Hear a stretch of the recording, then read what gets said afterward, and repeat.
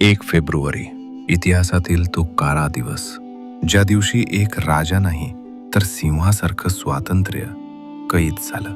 छत्रपती संभाजी महाराज, शिवरायांचे तेजस्वी पुत्र, अद्वितीय पराक्रम, अपार विद्वत्ता आणि स्वराज्यासाठी जिजलेलं हृदय. त्या दिवशी विश्वासघात झाला. महाराज शत्रूच्या हाती लागले. पण ऐका, कैद झाली देहाची, आत्म्याची नाही. औरंगजेबानं विचारलं, इस्लाम कबूल कर, जीवदान देतो. महाराज हसले. तो हसरा क्षण आजही इतिहासाला हादरवतो. ते म्हणाले, धर्म बदलून जगायचं नाही, धर्मासाठी मरायचंय. कैदेत अत्याचार झाले, डोळे फोडले, नख उपटली, जीभ कापली, पण एकही किंकाळी नाही, एकही शब्द नाही.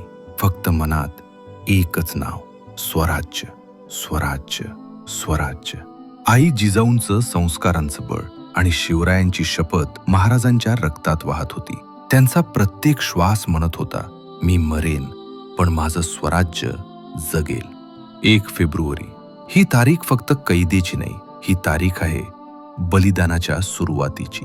आज आपण श्वास घेतोय तो त्यांच्या वेदनांवर. आज आपण मोकळे आहोत कारण संभाजी महाराज झुकले नाहीत.